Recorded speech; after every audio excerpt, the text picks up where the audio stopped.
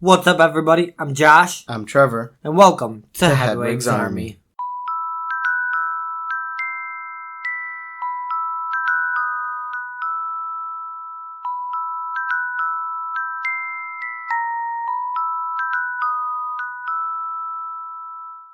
Hello, everybody. Thank you for tuning in to this episode of Hedwigs Army.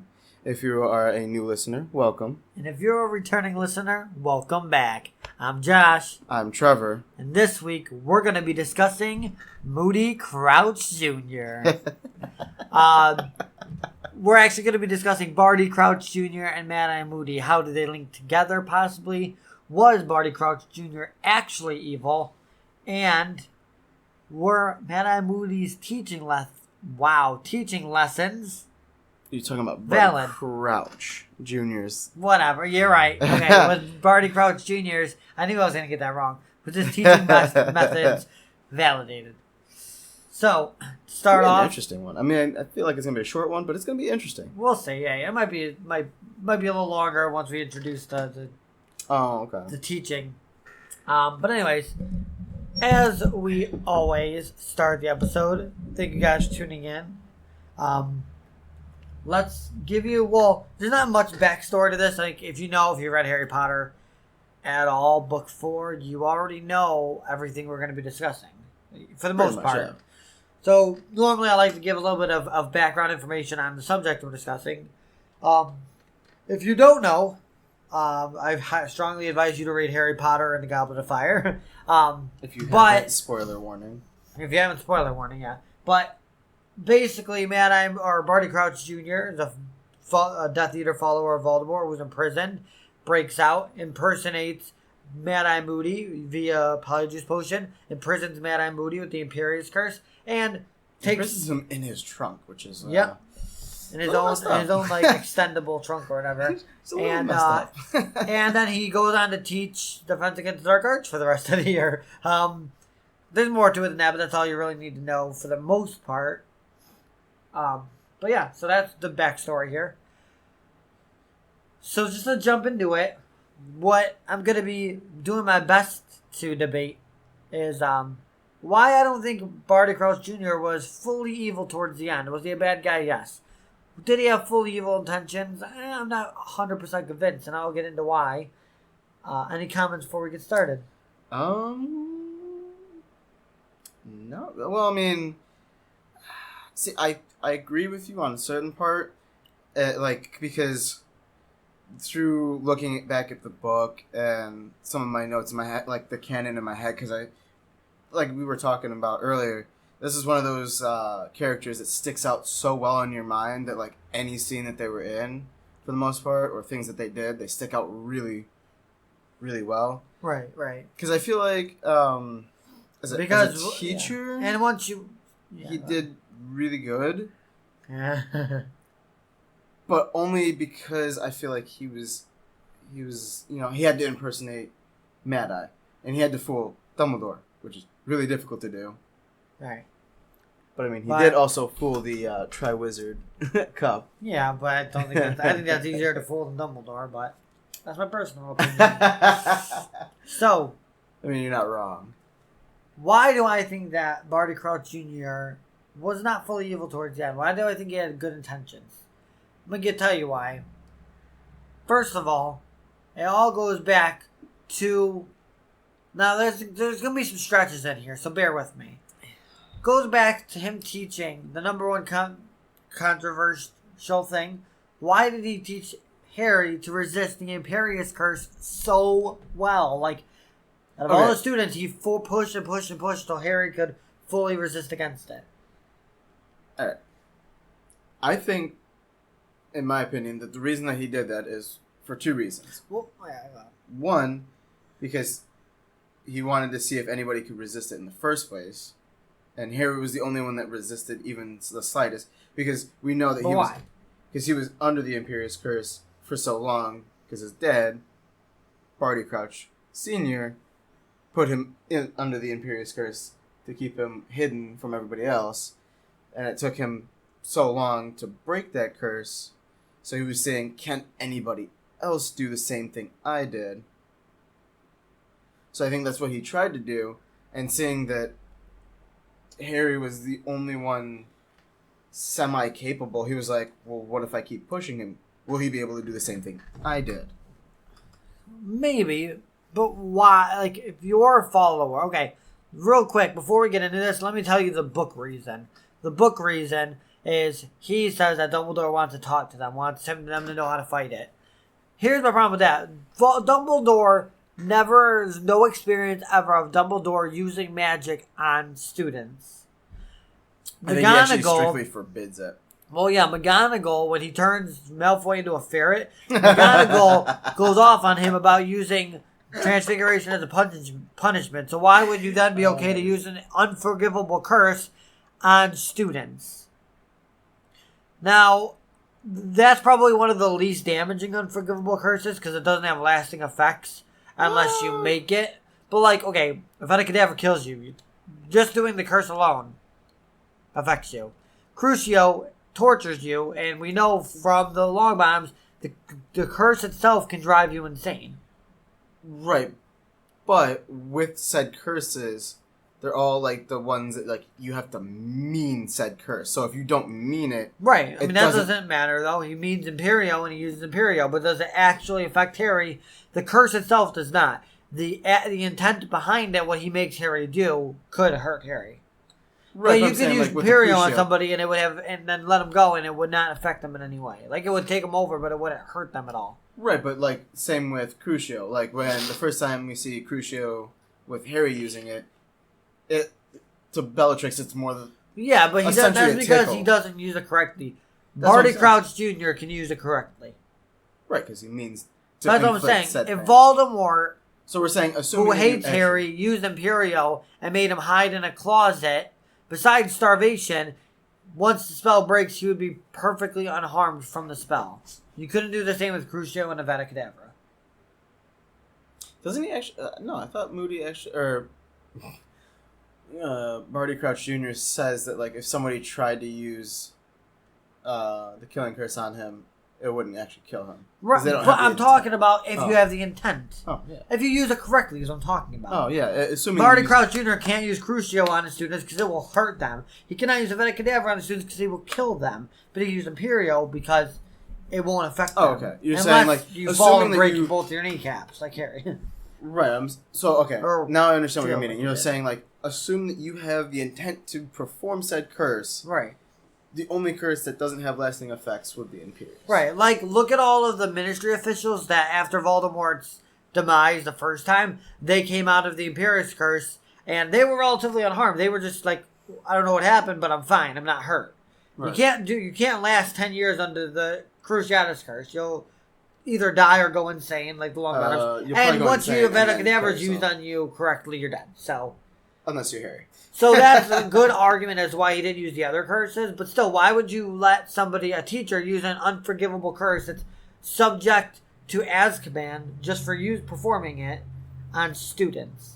I just don't see that being real. And what would stop Barty Crouch Jr. from lying? You know what I mean? The students aren't going to go ask Dumbledore. Well, I think you actually kind of pointed out why he was allowed to use just that curse. Because, like you said, if he uses Cruciatus... but either way... It's going to affect the kid. Either way, it's an unforgivable curse. Like, you still it's still punishable by Azkaban, so why would Dumbledore let him use it on students? If it's an unforgivable and that curse. could also be, like... Because Dumbledore, at this point, like... We know at the end of the book, this is when Voldemort makes his return. But, like, maybe Dumbledore knew that he was getting close to it, or possibly close to it, and he wanted to train this dude. I mean, granted, it's a weird way for Dumbledore to train people. He would do it himself. I don't know. And then why take special notice, like Dumbledore didn't tell anybody anything. Anything. Why would he tell him to take special, like, interest in Harry and make sure he got it?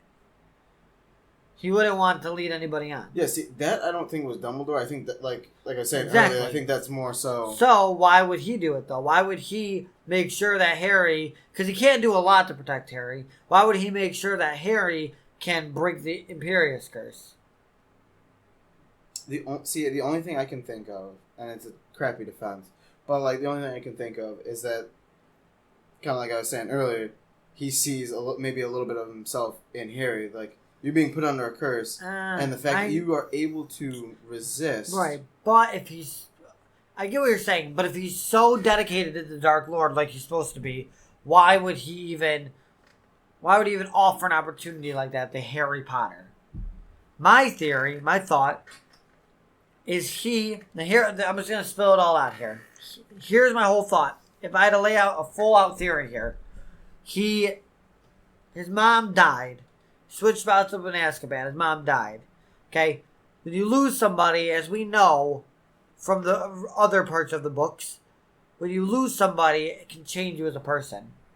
I think in a way, he blamed Voldemort for his mother's death. She died of depression, basically is what they said, because he was in Azkaban. He was in Azkaban because he followed Voldemort. Voldemort, the other thing that we know Barty Crouch Jr. does not like is weakness. He followed somebody that was defeated by a baby. That had to haunt him. Yeah. So inevitably it put him in that position in Azkaban. He ended up in Azkaban because Voldemort was weak and he followed him. If Voldemort doesn't perish, he stays on Voldemort's side. He doesn't end up in Azkaban. He doesn't end up in Azkaban. His mother maybe doesn't die. So my theory is he blames Voldemort for his mother's death. That changes him. Now he sees that Voldemort's weak because he can be defeated. And his perception of Voldemort changed, just like Snape's. Snape turned on Voldemort because Lily Potter died. Lily Potter doesn't die, Snape sticks by Voldemort's side. And then, legit, nobody... Or he went after Lily. This is the main reason he switched sides on him. Right, but I'm saying, assume that Snape doesn't, so sides, Right. But that's a different story for a different story for a different day. But, I get what you're saying. But, I think if we've seen it happen, he's changed his sides because of that. Now, he has no one to go to. He broke out of Azkaban. He's not supposed to, if he gets caught, he'll go back. So he can't pull a Snape and just go turn to Dumbledore. He can't do it. So he's got to take matters into his own hands. So he goes back undercover and Grindelwald or Peter Pettigrew finds out that he's escaped. He goes to meet with Crouch, tell him the plan or whatever. Crouch finds his opportunity. Okay, here's my opportunity to get back at Voldemort. He knows the only person. I don't think he doesn't know about the prophecy, but he knows that Harry Potter defeated Voldemort once. If anyone's going to do it again, it's going to be him. Right. So he starts to try to train Harry. He develops a plan. Why does he wait? We've talked about this briefly. Why does he wait? The whole plan is to make the Triwizard Cup a Horcrux. Mm. Or sorry, not Horcrux. Portkey. Why wait until the end of the year? Why wait and put Harry through all? You can make any object a Portkey to go there. You set it up with Voldemort ahead of time. You get it done quicker. Why would he go with a plan that allows him to buys him time essentially to teach Harry all these things? But why would he, if he's in a hurry to get back to his master's side, if he wants to make sure everything goes smoothly, why would you go with the option to make it a Portkey at the end of the Triwizard Tournament, which maybe Harry doesn't win, maybe Harry dies in it because it's very dangerous, maybe they find a way to let Harry out of it. Mm-hmm. Maybe they're like, hey, you know what, there's a flaw in the clause where you can get out of the Triwizard Tournament. All these things could have happened, and then the whole plan is right. Is done. So I think he went with it because it gave him time. Gives him time to teach Harry. Maybe Harry is able to break the Imperius Curse, get away from Voldemort, as we see happen, and then he can go on to defeat him. Okay, I have a question though. If that's the case, then why does he send? Oh God, I'm gonna I know who I'm thinking about, but can't remember his name. Big dude, from Durmstrang. Victor Crumb. Yeah. Why does he send Victor Crumb after Harry? He doesn't. He doesn't send him after Harry. He sends him after Cedric. But Harry defends Cedric. Okay. Good Okay, let me counter it. If he is working to get Harry to the Triwizard Cup because he is trying to give him to Voldemort, why would he send Crumb after Harry? Good point. Do you see? That doesn't make sense either way. I don't think that was his intention. Okay. His intention. So, my point is... I mean, you make a good point. I'll give you that. But, like, at the end of the day, like, he does everything to the point that, like, Harry goes to Voldemort, almost dies. Somebody else, Cedric, ends up dying. Right. Well, because he has to regardless. But he knows at the end of it, because he's got a... because he has... I don't think he wasn't planning on getting kissed from the Dementors. He wasn't planning on getting... I don't think anybody plans on that. So I think his whole plan was he stays in the good graces of Voldemort, quote unquote, and continues helping Harry get past them in other ways. I don't know. So what you're saying is he becomes another Snape. Yeah, just the opposite side. Just I guess pure version of Snape. Not really, because he's still killed his father. He's still doing evil things. But he's still working with Voldemort. He's not doing it for something. Instead of him working with Dumbledore to get rid of Voldemort, he's working with Voldemort to get rid of Voldemort, in a sense. Like Snape is with Dumbledore, but Voldemort thinks that he is his spy. Okay. Barty Crouch is working for himself. He's working for Harry, but behind the scenes, working to help the good side, but he's sticking by Voldemort's side and doing the evil things to keep an eye on Voldemort. Mm-hmm. So he's like the opposite of Snape. He's like the reverse side of Snape. Okay. I mean, that's a good point. I mean, you're making a really good case for that side. I plan to. I still don't know if I fully believe it. It's a stretch, but I like the idea behind it. Yeah, no, I agree with you. You know, and there's a couple things that wouldn't make sense. Like, some of it's stretched, like I said. Some of it wouldn't make sense, just like... Well, I guess here's one point I want to make. Yeah. Is... Because you argue, like, why wait so long? Well, we know that, for one, Barty Crouch Jr.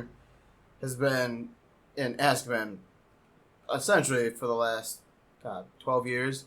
Because he was one of the people that tortured Neville's parents into insanity, which is super messed up. Right. Which is super messed up when he gives, when he talks to Neville in the book. I think it's in the book. Yeah. And, like, it's super messed up. Right, yeah, it is. You're talking to the kid of the people that you tortured into insanity. That's messed up. But, like, why, like you said, like, why teach, these curses? Why teach this? I think he was trying to save his own, like, he was trying to get freedom.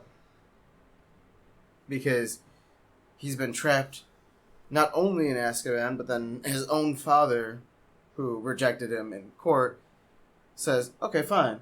I'll let you stay out here because that's your mother's dying wish, is for you to escape and her take your place. But, like, I'm going to put you on the Imperious Curse so that you do what I tell you to do. So I think, like, in that sense, like, he's looking for some freedom. Granted, yes, he wants to go back to Voldemort, but, like, he wants some time to himself, But he's not free. He's pretending to be somebody he's not, trapped in a school full of people that would instantly turn on him and have him... Right, but I'm saying, like, the fact that, like, he choose, like, it's he's his free choice. With Voldemort if he's evil. He's free with Voldemort. So your argument is I'm saying why would he wait so long? You're saying because every minute that he's Mad-Eye Moody, he's free. Right? Essentially, yeah. Like, yes, he has to, like, impersonate somebody else, but even though he's impersonating somebody... he's doing this so they could be free inevitably. Like, once he's free of his father's grasp, he sees himself as free because, assuming you're going to the evil side, once Harry's dead, he gets to leave the Mad-Eye Moody body and go back to Voldemort freely. Because what are they going to do? Yeah. He's got Voldemort to protect him. Right. So the quicker you do that, the quicker you get to be yourself again.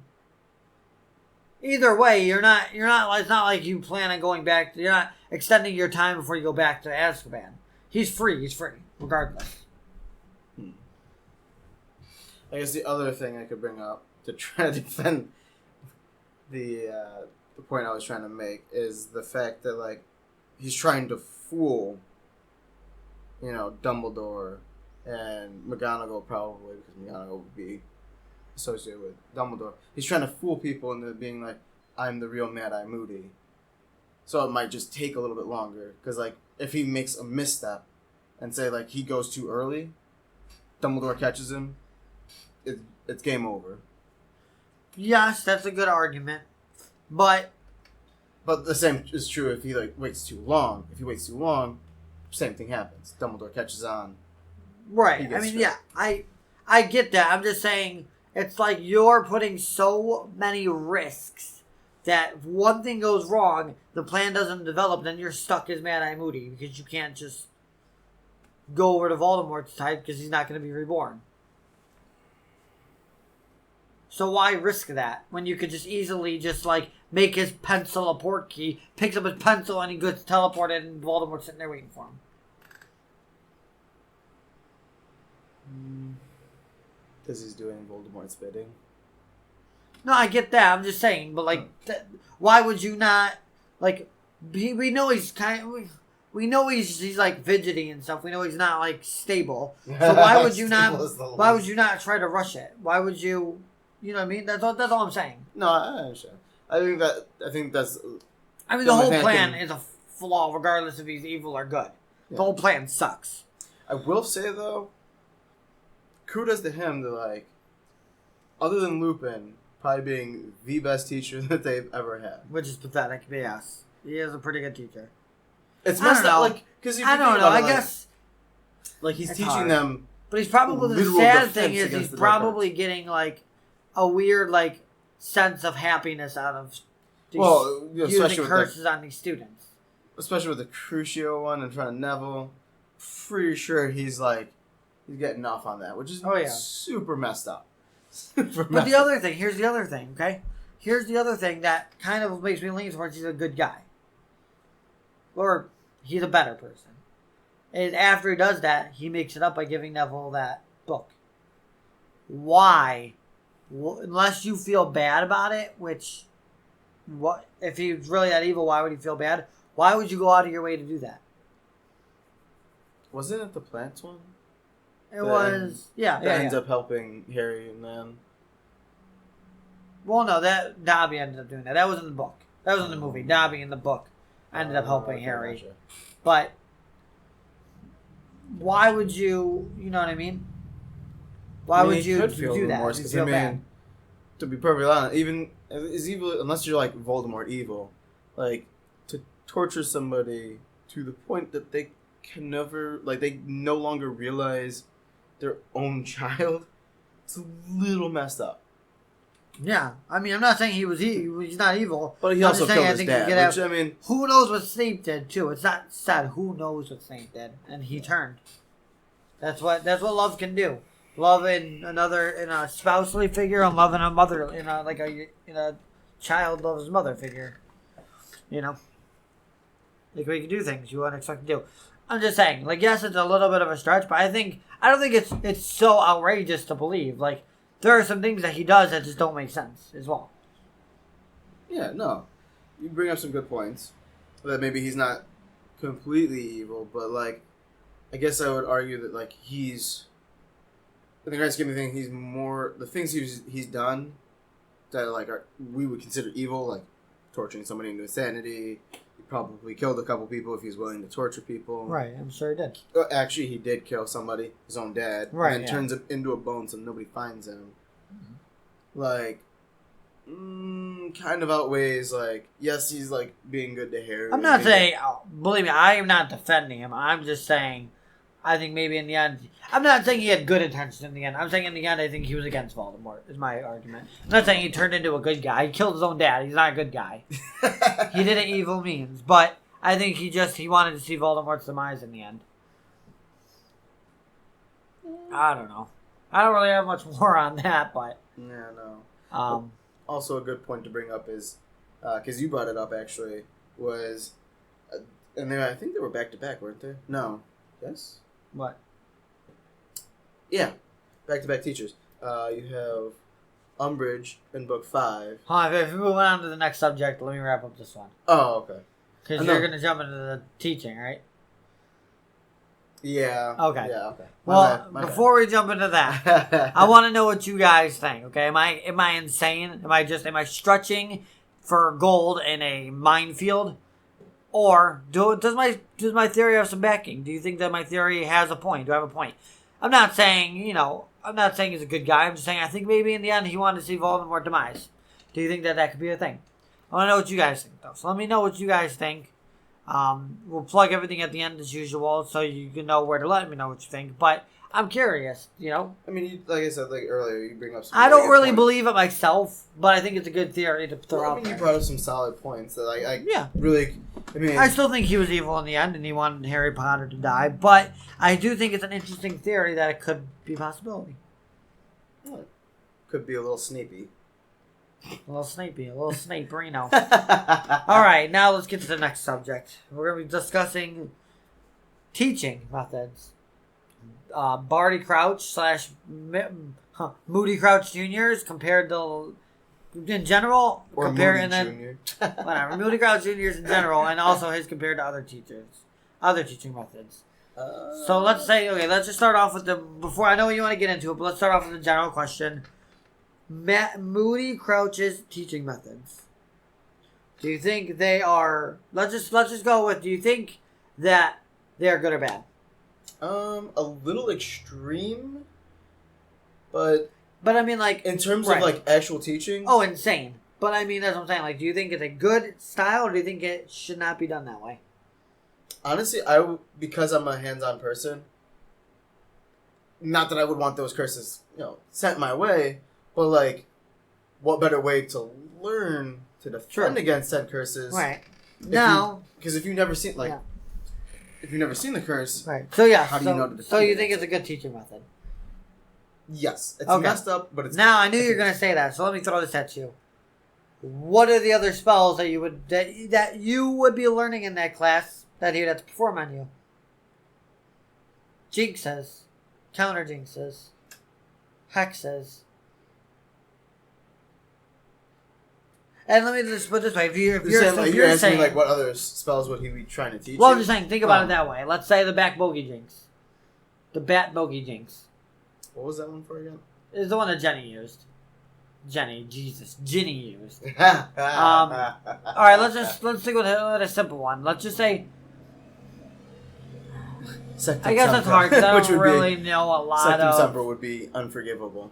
Right, but okay, so I think it's safe to assume if you think that teaching style method is good in that class, it should be good in other classes, yes? I would assume so, yeah. Okay, so transfiguration. Do you want to be transformed into a rat from students?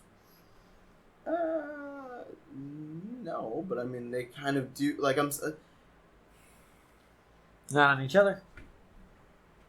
Okay, charms class. Do you want to be levitated by another student? You get high in the air, he screws it up, you fall down and break your leg. But I assume Flitwick is going to save me, so I'm not going to break my leg. And you know how they do things? They get in pairs, and they do them in pairs, and he walks around the class. Why would you think you would do it any different? So unless they fall on my head. Still, I'm just pointing out common. I understand. So I'm not trying to attack you. I'm just picking out, you got to think, it works with, your method, if that's your method, it works with more than just the Imperious Curse. It would go for multiple magic curses and spells and whatnot. Yeah, but I mean, we also kind of see, with Transfiguration, normally you don't transfigure yourself, you transfigure something.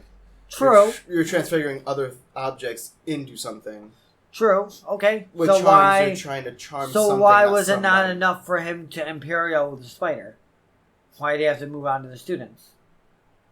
Because I think the nature of the curse itself is it's supposed to control you. So, if you're going to be under said, typically somebody's not going to transform you into something. They could, but they're more likely to use a curse like Crucio to cause you pain.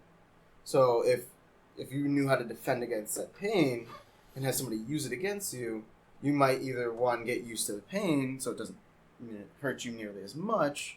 That's a thing, but okay. It's probably not, but, you would get a resistance to it. So, Imperio, controls you. So I feel like because of the, like I said, the nature of the curse. Right. Okay, I get what... You learn more from being put under. I get what you're saying, okay. Because you know what it feels like. Okay, you have a good explanation. Let me throw one more. Let me throw one more spell at you, okay? Protego.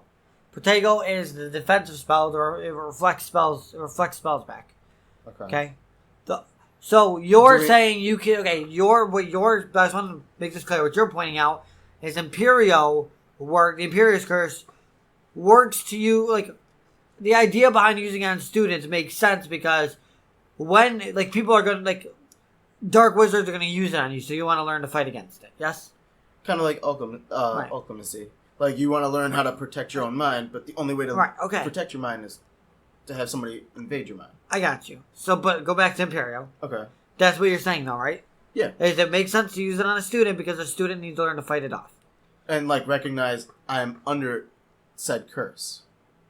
Right. Fight it off. Yeah. That's what fighting it off is. Right. Well, yeah, but I'm saying, you need to realize, because, if somebody's using nonverbal... I know. Sorry, but that's what I'm saying. That's what fighting it off is taking your mind back. That's how you fight off Imperio. Yeah. Okay. Transfiguration doesn't make sense to use on students because typically it's not used on people. And even if it is, there's not necessarily a way for you to fight against it once you're transfigured. Right. Okay. I'm just making sure that's clear. That's it. Oh, okay. I'm asking. That's clear, right? Yeah. Protego. The sole purpose is to reflect spells. The only way for sure to practice it is to reflect spells that are cast at you, okay? So in this one, you have to have spells cast at you. If you miss the spell with Protego, it hits you. Do you think that would be okay? To, use Protego?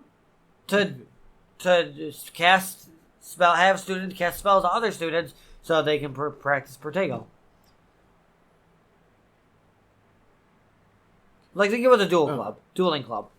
And that Protego, in Charm, whatever class teaches. Well, yeah, that would Protego. also be a good spell to learn because it protects you. Okay. From all spells except for. Right, but in a classroom against students, to students, not in a dueling club, not in Dumbledore's army, but in a classroom. I think they got taught it a little early. But I mean, it's 7th year. You're saying 7th years. If they learned it in 7th year, I'm just asking you. Oh. I'm trying to get your stance on it. Do you think it would be okay for 7th years to have spells cast at them and then practice Protego, even if the spell could hurt them? Yeah. Because, it's kind of like, in our real world, home economics. If somebody doesn't teach you how to take care of yourself when... I never had home ec, bro. But I'm saying, when you get thrown into the real world, if you have no skills on how to protect yourself, how to do things, you're screwed. Okay, but... So, that's why I think, okay, but it's a little different because it's, you don't... First of all, not all schools teach that. But you don't necessarily need to know Protego to be fine life. That's only if somebody's attacking you. And schools don't teach you how to use self-defense if somebody attacks you. You know what I mean? Yes, it's a little different, but I'm just saying. Yeah. So now I'm talking, okay, here's what I'm getting at, because I disagree with you for one reason. Here's the reason I disagree with you. 7th years, even if you're 7th year, if it's a class subject, if it's a subject that everybody takes, you're forced to use it.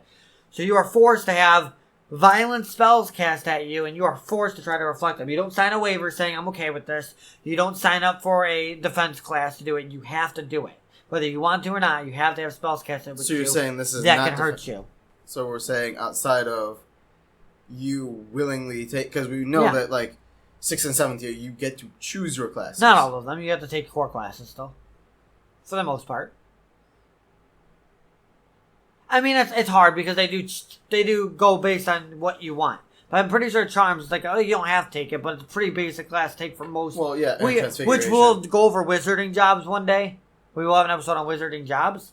But as we know, there's not a ton of them. Right, and the majority of them would be defend against spells that could possibly cause harm. Fine. But what if you want to be a desk worker at the ministry, but they require a Charms class, whatever, a Charms OWL, or any EWT?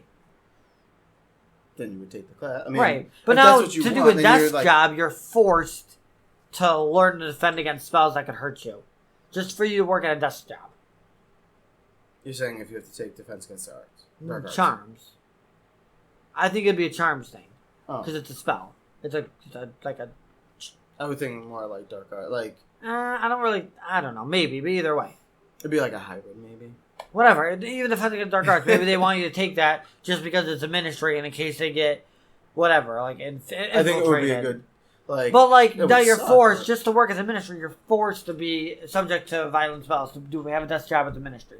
I just think it's a little dramatic. I mean, I think you should be able to sign up for those classes, but I don't think you should be forced to learn defense if you don't want to. That's all I'm saying. You're saying if you sign up for the class, no, you shouldn't be forced to. I'm saying if you don't want it. If you sign up for the class, then that's kind of you signing the waiver, like, hey, whatever Not you want really, to teach though, me. but I'm saying, if you want to do a job that doesn't require that, necessarily, or it does require that, but it doesn't require you to learn defense. Like, maybe there's something within Defense Against Dark Arts they want you to learn, but not that spell specifically. But I'm saying, it's a defensive spell, you should choose if you want to be, I think that should be in, a defense class that you can choose to sign up for. You shouldn't have to learn defense and put yourself in danger just to be able to have a desk job. Is all I'm saying. I can totally understand where you're coming from. I guess for me, when I think Wizarding World, there's always a possibility that somebody goes rogue. I mean, there's always a possibility somebody walks in your office and tries to hurt you. You know what I'm saying? Yeah. So but they don't make office people learn defense. You know what I mean? No, they don't make them. No. But I figure in the magical world, it's something that you should know how to do. I understand certain spells like Crucio and I think it's the Killing Curse obviously would be ones that are completely forbidden. I think you should know. I should want to know, but I don't think you should have to know it. Is my thing. In this world, it's dangerous. You don't have to know defense. You don't have to buy a gun. You don't have to do these things. That's all I'm saying. No, but they're highly recommended. But you don't have to do it though. Yeah. That's all I'm saying. Yeah. Because and the reason I'm bringing us back to a specific job in the wizarding world is because we don't know much about wizards outside of school other than getting these ministry jobs and things like that. It's my school doesn't teach how to defend yourself. So I never had to be subject to that. But a school that does teach it, you shouldn't have to be subject to that just so you can get a job. I never have to worry about it because no job I go for is going to make me be put in a defense of, in high school. Right, but I guess my argument to that is, like you just said, a lot of the jobs, unless you do stuff like Fred and George did, you open your own business, or you write your own book, or those kind of things, then you typically work for the government. And government jobs usually come with high risk. Okay. So, I feel like... Oh, so you're going to tell me a DMV worker knows how self-defense? They might. But they're forced to take a self-defense class before they get the job. I have no idea. They don't. I can tell you that. I guarantee you. If you're a DMV worker and I'm wrong, let me know. I doubt it. I highly doubt it. Or a postal worker. They work for the government. You know what I'm saying? If you're a paper pusher in the ministry working on a Dolores Umbridge. Okay, we are going on a super tangent that has nothing to do with this. Let's move on. You have to bring up Umbridge? We're about to anyway. Ugh. Let's go back to the point here, okay? So, Moody Crouch Jr. Yeah. You think his teaching methods are valid? I think they're somewhat valid. I would say invalid if I had to choose one of the two. I would say it's a little extreme. I would say do it on the students. I think it's extreme. Because where do you go from there? You teach them one spell. What about the next spell? What if it's more dangerous? Well, and I think that's why he chooses not to do Crucio or, obviously, the Killing Curse. Well, those are a little different. Those are, they could kill you. I'm just saying, to hurt you. Put you in pain. Put you in discomfort.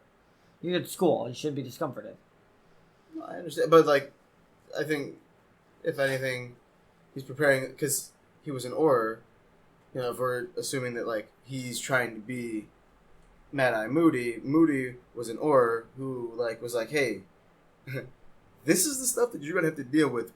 Some of these people around you might go rogue. I get it. You think it's valid. Yeah. Sorry, I'm not. I was trying to stay off the tangent. I'm going back into more you just ventured. Oh, no, I wasn't trying to go on a tangent. But it's going to get there if we do. But my point is, you think it's valid, I think it's valid, so let's move on. So going forward now, where do you think it ranks on compared to Lupin? You think he's better than Lupin or worse than Lupin? Because Lupin was the said best Defense Against Dark Arts teacher by Harry Potter. Said by Harry Potter.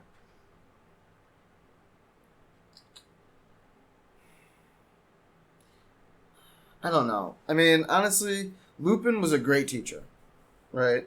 So, like, I think Lupin was... He taught for the age group that he was teaching for. Okay.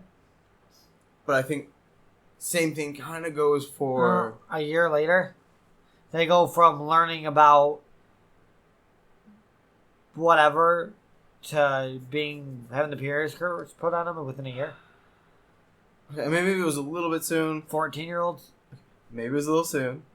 Or 15-year-olds, whatever. But, like, in the sense it's, like, teaching method. 14. Like, 14 / 15. Whatever.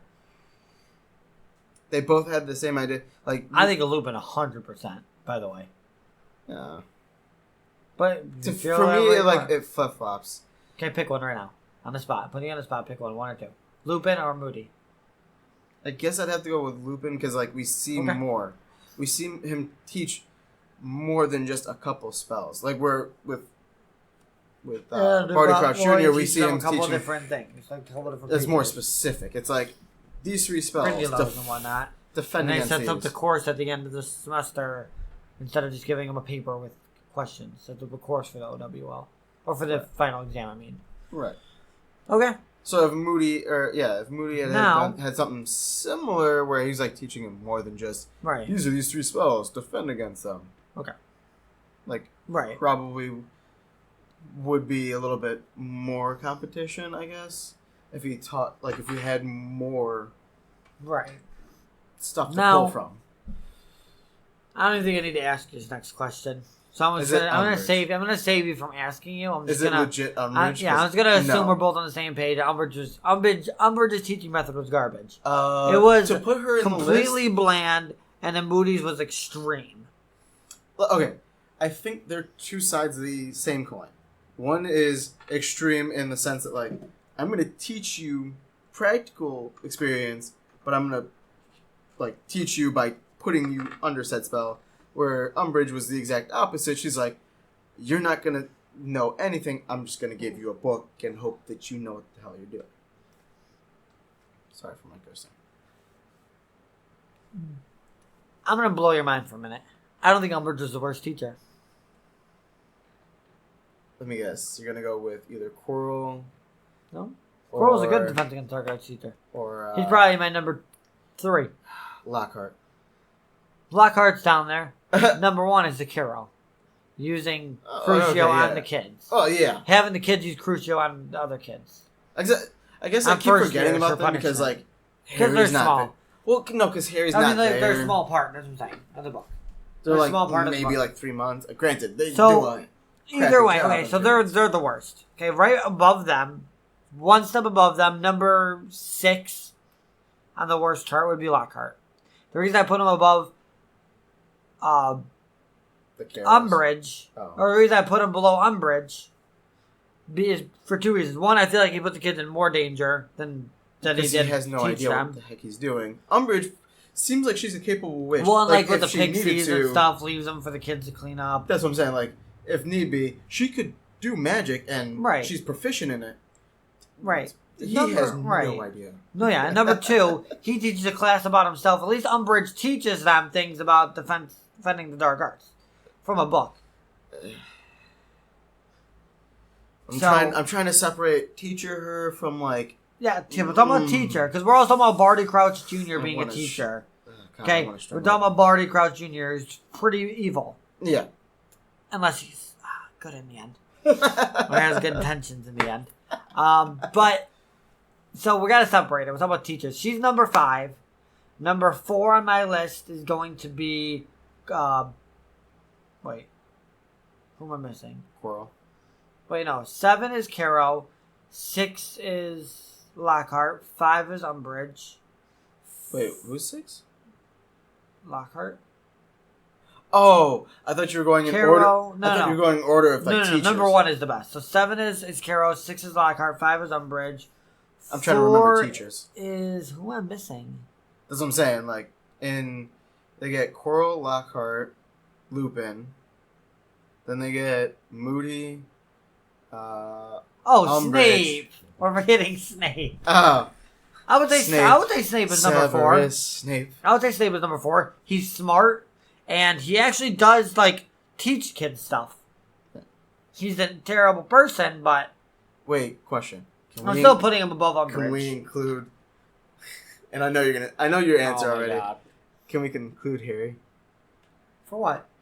Because Harry teaches defense against. Stop it right now. He does not. He does not. I'm talking about actual teachers. Oh. Number 4 is Snape. Number 3 is people who would technically Quirrell. have a degree. 2 is Moody, and 1 is Lupin. Do you agree with mine, or do you disagree with one of them? Who was 2? Moody. Okay. Moody Crouch JR. Which I'm definitely calling him from now on, regardless of anything else. You know what? Yeah. Yeah. I'd have to... Because, the top and the bottom... And, the middle, for the most part, yeah. But, definitely top and bottom, I'd have to agree with you. Because, like you said, the Carrows quite literally took Mad Eye's idea, but were like, you know what? Imperius isn't good enough. Let's torture these kids. Right. And they're Death Eaters. They're legitimate Death Eaters. At least Barty Crouch Jr. was pretending to not be a Death Eater. They were just straight up Death Eaters, making kids use Crucio and other kids on other first years as punishment for the first years. Yeah, the reason why they were having and Half-Bloods or Mudbloods, Muggleborns. Oh, sorry, Mudbloods. Wow, get out of my house! Are you a Ravenclaw or Slytherin? Because I'm a little confused right now. That's messed up, bro. I'm a Ravenclaw. Okay, it's all I really had. I mean, you like his methods. I think his methods are too extreme for me. He ranks number 3 on my list regardless, or 2 on my list regardless. I guess that's why I rank him so high, is because him and Lupin legitimately teach them stuff that will benefit them when they're not in school. True. And we don't really see a lot of Quirrell. Kind of teaches, but he's also... We don't really see a lot of Quirrell's teaching methods, but I would think he would... He's number 3. I think he's the 3rd best. I think he was... because those 3 teachers actually taught them stuff. Right. I think he was the best teacher. I just don't think he was the best at teaching, if that makes sense. He's the best, stereotypical teacher. He has the most... he knows what the... Yeah, but I don't think... I think he's a legit... I see him as a defensive against Dark Arts teachers. I see the others as, substitute fill-ins that do a really good job. In a sense. That's not a bad way of thinking about it, because, out of all of them, if there was, a degree for teaching, like you said, Quirrell would probably be, what you would assume, a teacher that went to, a quote-unquote college or a university and, learned his craft, came back and was I'm going to teach these people, whereas, everybody else was, not misfits, but, people who weren't technically, good at teaching. But they did a pretty good job of it. Lupin, I couldn't see him as oh yeah, I went to college and learned my stuff. He's just no. This is my this is my real world knowledge. I'm just gonna give this to you. Right, which is sometimes better than learning from a book. But anyway, that's all I really got about it. I don't have really anything else either. Because so again, let us know what you guys think. We'd love to hear your top 7, 1 from best to worst. 1 to 7. Please tell me that you... Defense against Dark Arts teachers. And what you think of Mad Eye Moody's teaching method. Or, Moody Crouch Jr.'s teaching method. Yeah, and if you rank, Umbridge close to the top, please explain why. Or if you, rank Lupin or somebody, that we put up that, close maybe to the top, maybe explain why you put them lower. Because I would love to know, why other people would say, hey, I have... this teacher lower and this teacher higher. Right. Exactly. Yeah, some explanation would be great. That's all we really have for this week, guys. It's going to be a little bit of a shorter episode. We've had some longer episodes in the last couple of weeks, so wanted to give you guys something a little lighter to think about and discuss. More bite size. Yeah. But don't get used to it because the next 2 episodes we have planned, I'm gonna unveil them right now for you guys. We're stoked. So I'll tell you how excited we are. So the one episode that was supposed to be next, and we moved it to the following week. So 2 weeks. 2 weeks from now is what was it? Uneducation. Yeah. We phrased it better than that. I'm gonna look it up, but explain to them what it's about, basically. It's essentially like we kind of brought it up in this episode. Like, what happens if, say, you drop out? You drop out of Hogwarts or Durmstrang. Like, how... Oh. Yeah, go ahead. Like, is that a viable option in the magical world? Because, like, in the Muggle world, our world, like, yeah, you can drop out. It's going to be difficult, but, like, you can find a job. But, like, if you're in the magic world, there's, like we said earlier, you get specific training. There's only a few jobs, really, to pick from. Right. Like, Fred and George drop out to make a joke shop, so they start their own business. But if you're not an inventive type, you're not a business starting material, what do you do if you drop out? And is it a good idea to drop out?